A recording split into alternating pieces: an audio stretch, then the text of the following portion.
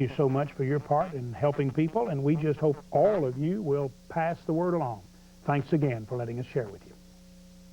The preceding was a paid program presented by Trivita as nutritional information only and is not intended to diagnose or treat any disease. KMAC 28 viewers are already winning and already saving with the Yates Flooring Center KMAC 28 Viewers Club card. Thank you so much. It does pay to watch KMAC 28. It pays to watch KMAC 28. It really does. Don't forget to carry your card with you, because wherever you see this sign, you can take advantage of big savings every day. To sign up and get a complete listing of participating businesses, visit KMAC28.tv. Joy Club.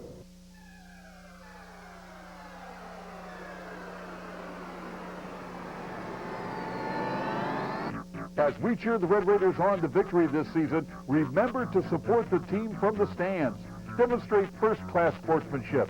Extend hospitality. Because tradition matters. Be a Texas Tech fan. Be a good fan.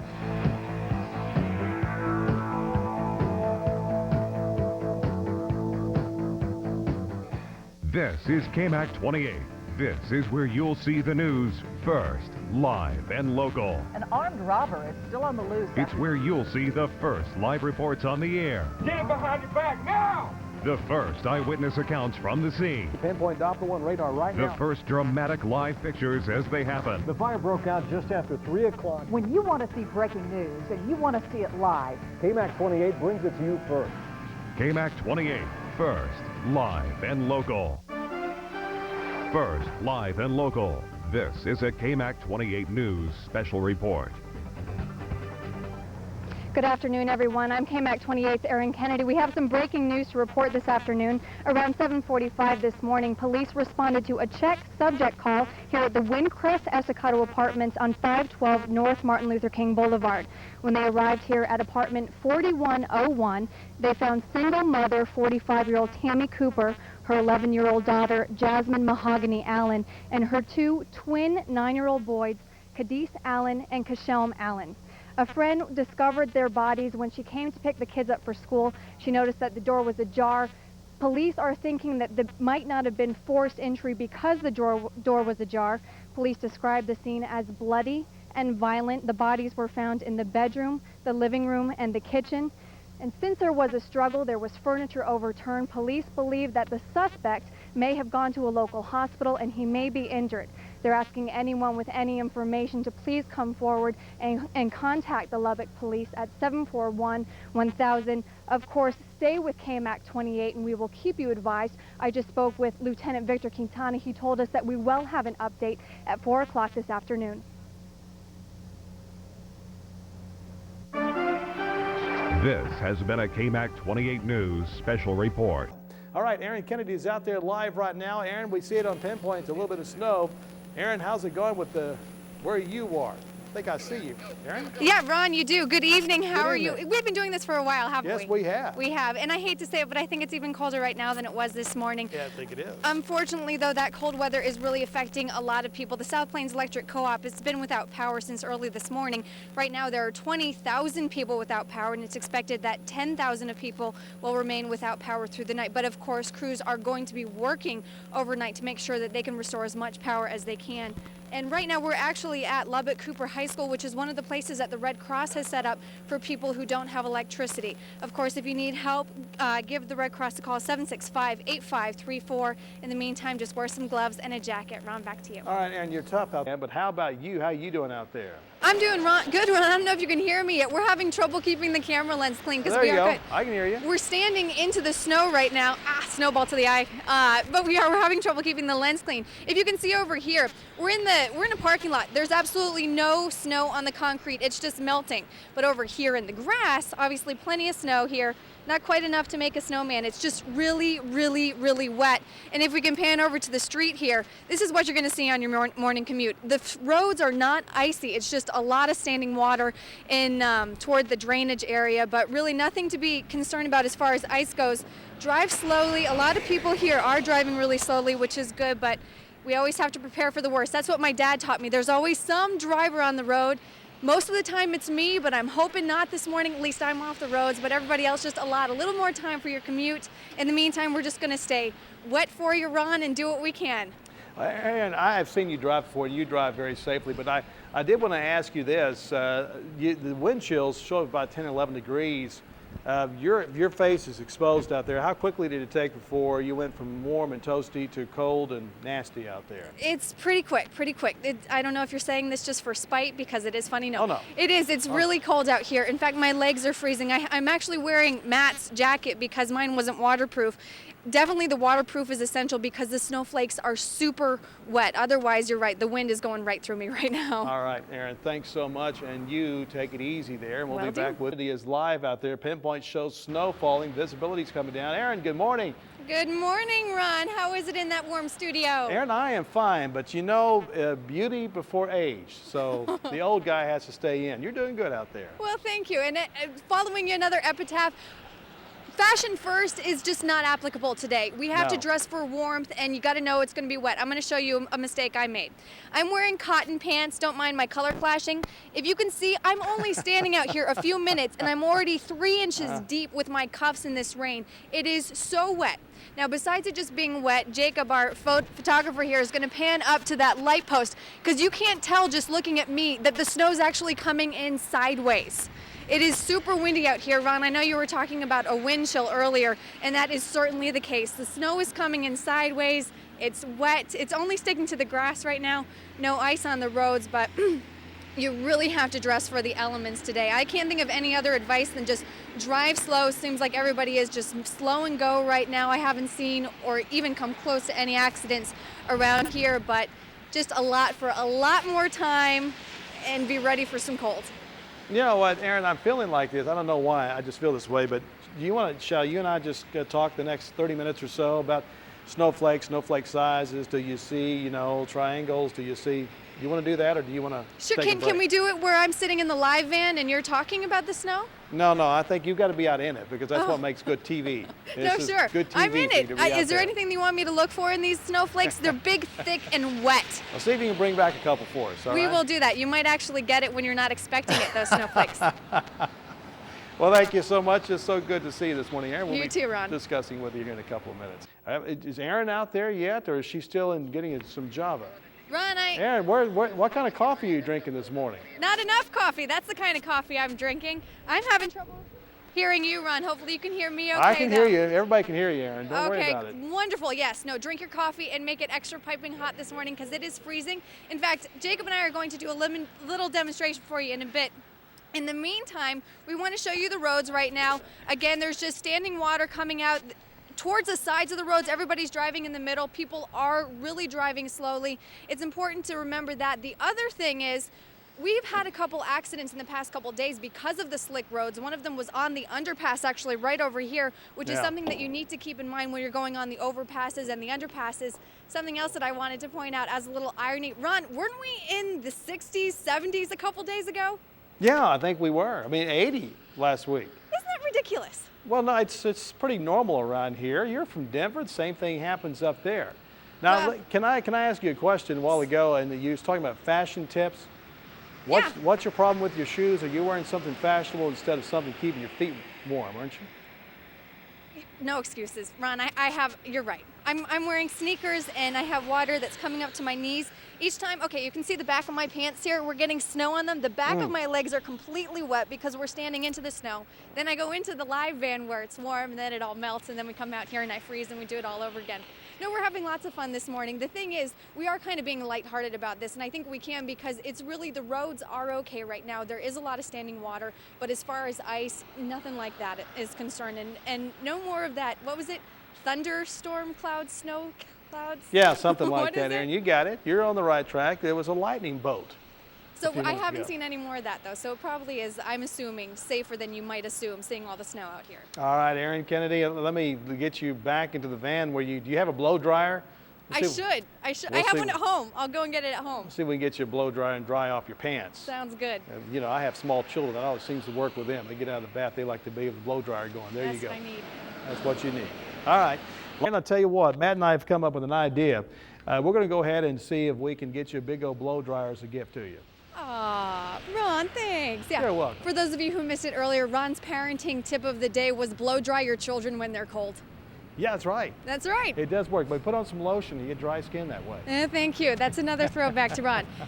Moving on, I actually tried to, just before you tossed to us, I've counted 3 school buses going by, so wanted to let all the parents out there know that it seems, as far as we know, that all Lubbock ISD schools are on time right now. The roads are really fine now that we're out here and the sun is slowly starting to rise. It isn't warming things up any, but it is getting a little bit nicer. In the meantime, I told you, Ron, that we had an experiment for you. Do you remember that? Okay, I want to see it. Yeah, okay, hurry up, Aaron. I'm doing what our boss calls taking one for the team. Okay, ready? All right, I'm ready. Okay. Okay, see, the thing is, if we had done that earlier in the morning, they were wetter, but now they're just a little bit harder.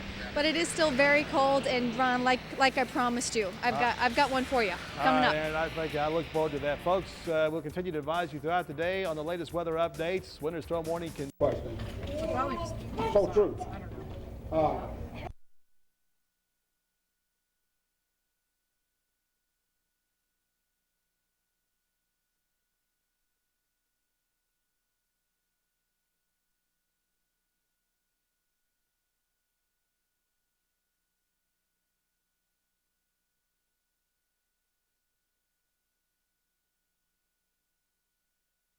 Only one piece of the puzzle remains in the unsolved murders of 2 local prostitutes. In July of 2003, 21-year-old Cynthia Palacios' half-naked body was found in a bar ditch. She had been strangled and left for dead in a ditch west of Slayton. Then just 9 months later, in April of 2004, Linda Carbajal was found dead in the middle of a county road east of New Deal. Almost a year and a half since the first murder, those 2 cases remain unsolved. Aaron Kennedy joins us now live in our newsroom with more on this story. Aaron?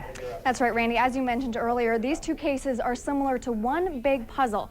The sheriff's office has gained substantial information in the past year, but it's that last piece of the puzzle that's eventually going to complete the picture and solve the murders. And they are confident that a name will lead to an arrest. Who did it? Who is responsible for the death of Cynthia Palacios? Who is responsible for the death of Linda Carbajal? A year and a half after 2 Lubbock County women are brutally murdered, and still the same questions plague the Lubbock Sheriff's Department. We need to define the people responsible for these young ladies' deaths, and until we do, we still have killers that are on the street. But one phone call, one tip, will help Sergeant Greg Parrott make an arrest. We're to the point where all we're needing is the name. If that individual just do the right thing and call us with the information, hang up, and let us take it from there. It's as simple as that. Anyone with information can call Crime Line, say the murderer's name, and hang up. No questions asked and no one's identity revealed except the killer's. The person doesn't have to testify. The person doesn't have to come forward and sign a written statement. Just give us the name. Parrott promises if you call, you will remain anonymous. I don't care what the witness's background is. I don't care what their profession is. All we care about is getting their information. Someone out there knows something. And if you do know something, if you provide any information that can lead to an arrest, you're actually eligible for a cash reward. That reward is now up to $1,000. And if you're wondering how you can provide information, get that reward, and still remain anonymous, when you call Crime Line, you're actually assigned a number. And all you need is that number in order to collect that reward. Reporting live in the newsroom, Aaron Kennedy, KMAC 28 News. Aaron, thank you for that report. Now, folks, if you have any information about either one of these murders, please call the Crime Line at 741-1000. Crime Line does not have caller ID.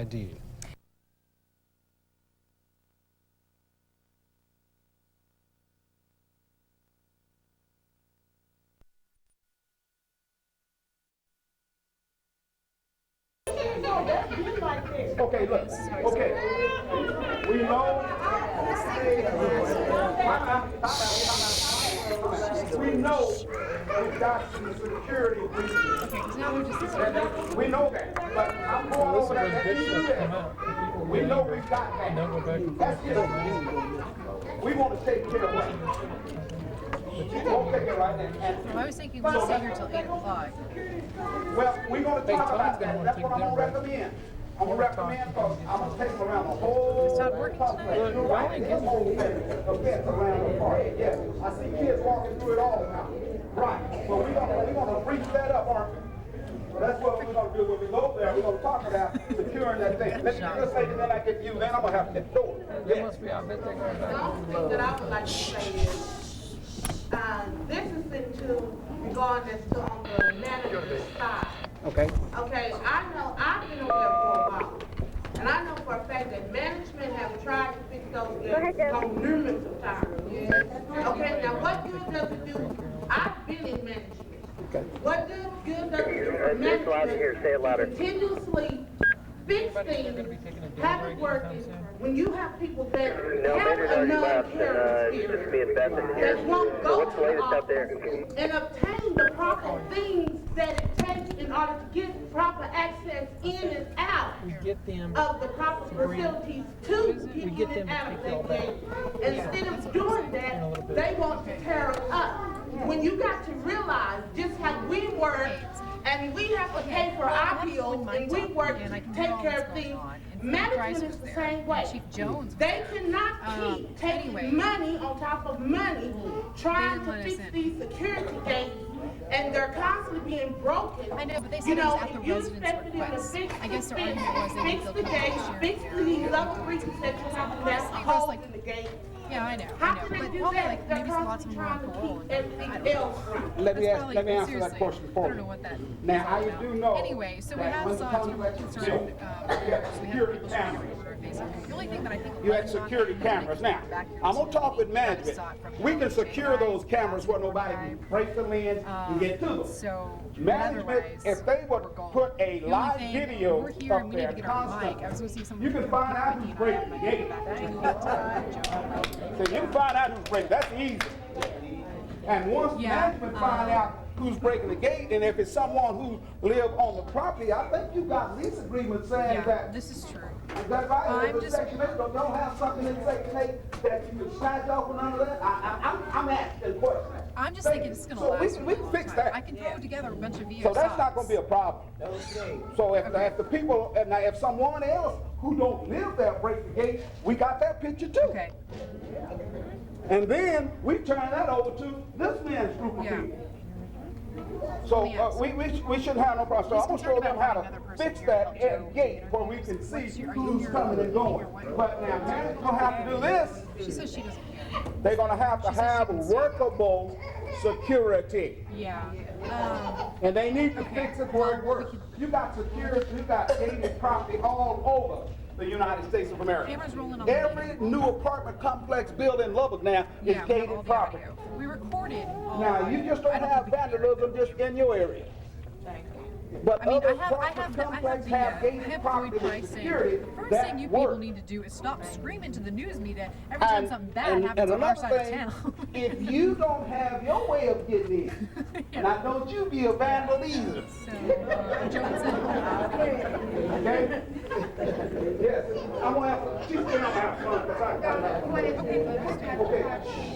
All right, let's listen. Okay. Once a month, they set up a date in a town meeting. That's for our little community, it's Queen Creek. Yeah, okay. I'm there most of the time. And I'll say, I know I probably told you to stop screaming to the news media, but... There's just 15 people. There's 208 comments up there. Okay, I understand some people work late and everything, but you know, you can at least try to get off, at least an hour after your job to come see what's going on. So you said that way you will know what's going on in the community. Out of 200 plus apartments, it ought to be at least 15. There's just 15 people there.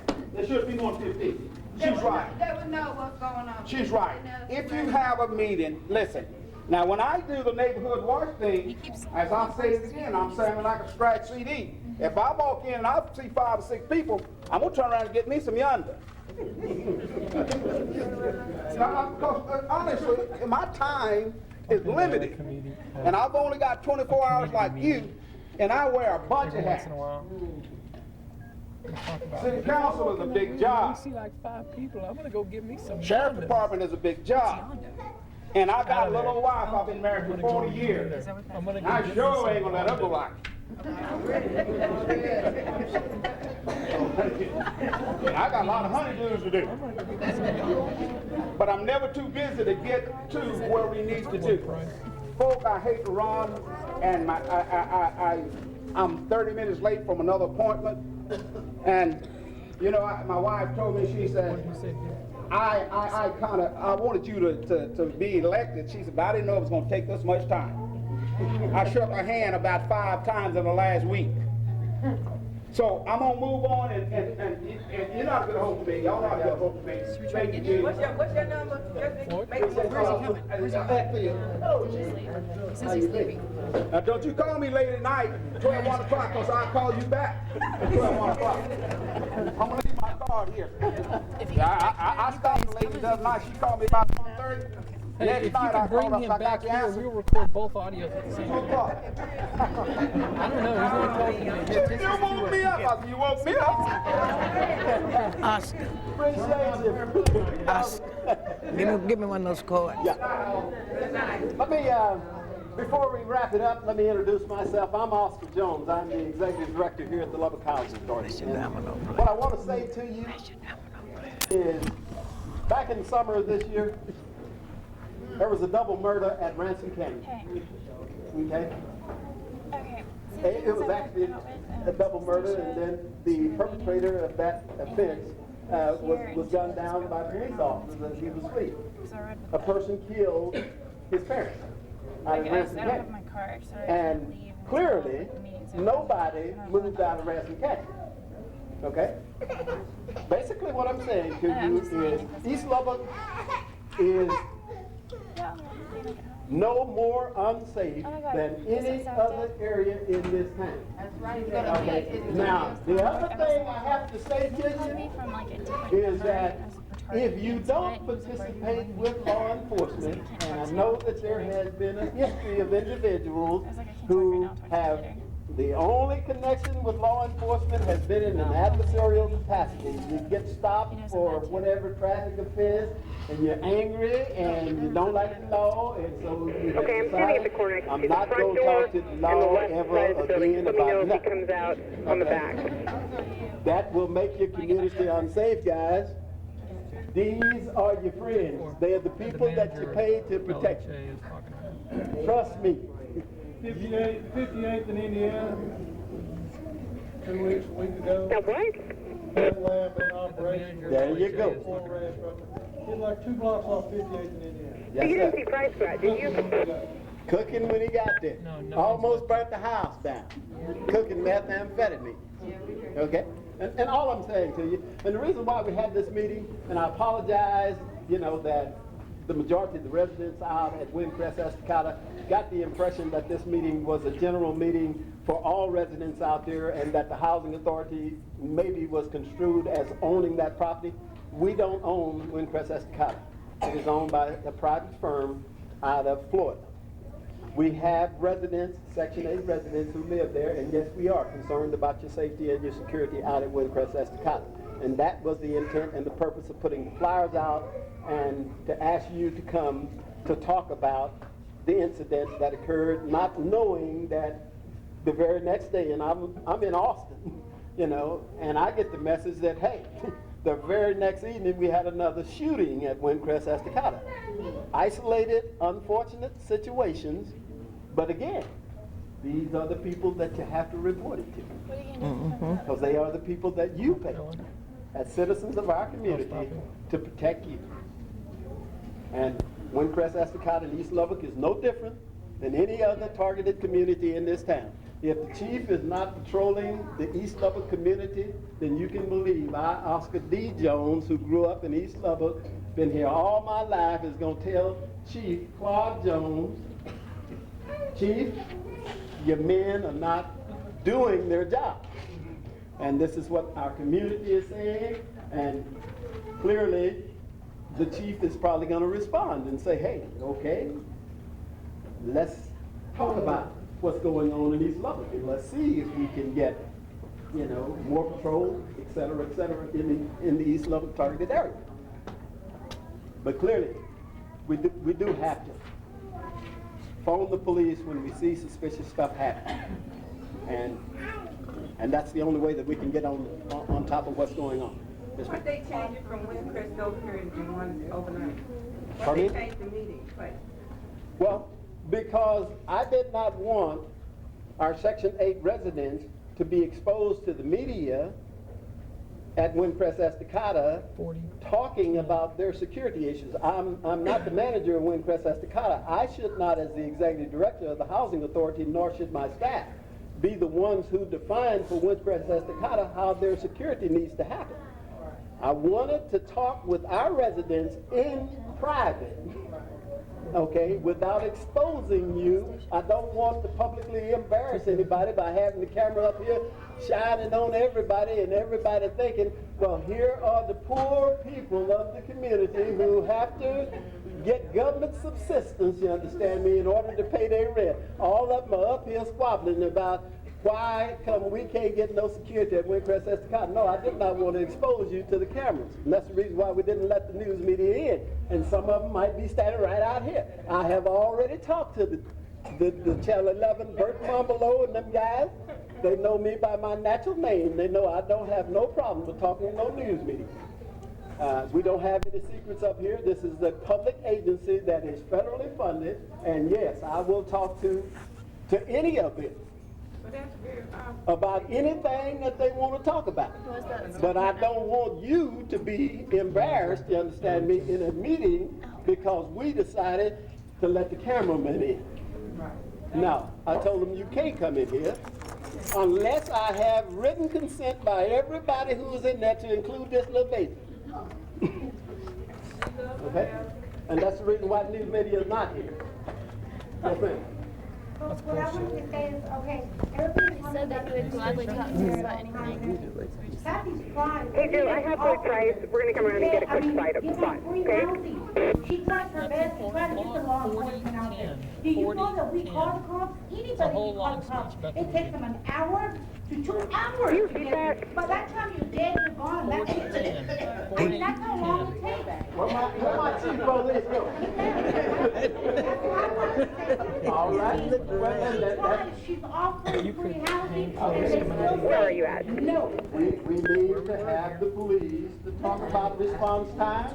We need to have the police to talk in terms of would you consider living at Windcrest Estacada? No, I don't know what 47 means, but we're coming around. I mean, and they still say no. You know, that's what I'm saying. Every police officer was not asked, number one, first and foremost, are you scared? You know? Boy, try to know if you're scared. They were asked, right, Becky? It was free. They didn't ask. Every single police officer turned down living at Windcrest Estacada. If they have to go through the police station, yes, we put fires up. Thank you. If they what? If they have to go through the police station daily, then yes, they've been asked to put fires up. She's trying, and they make her seem like she's a bad person. It's not her. She's trying her best. Okay, well, we can't make nobody stay nowhere in USA if they don't want to live. Let's not go there. Where's the... No, you're trying to make it seem like, okay, we all have a right to say something. Yeah, we do. Because we live there. You don't live there. We live there. Okay? Now, I understand a lot of these people are by themselves too. I gotta go to bed. Hey, I don't care what color you are, even if you're black, I don't care. We still eat the same, we still talk, we still do everything.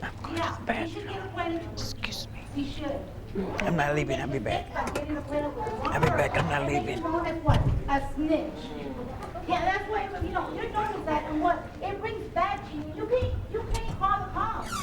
Because you call the cops and they say, oh, okay, we'll keep it confidential.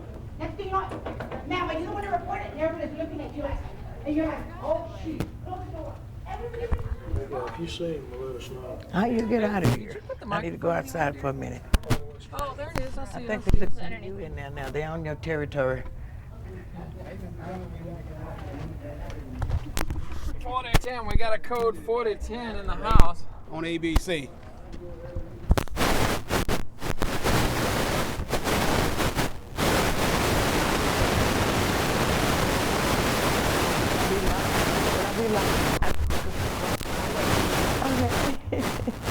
I'm not. I got it all.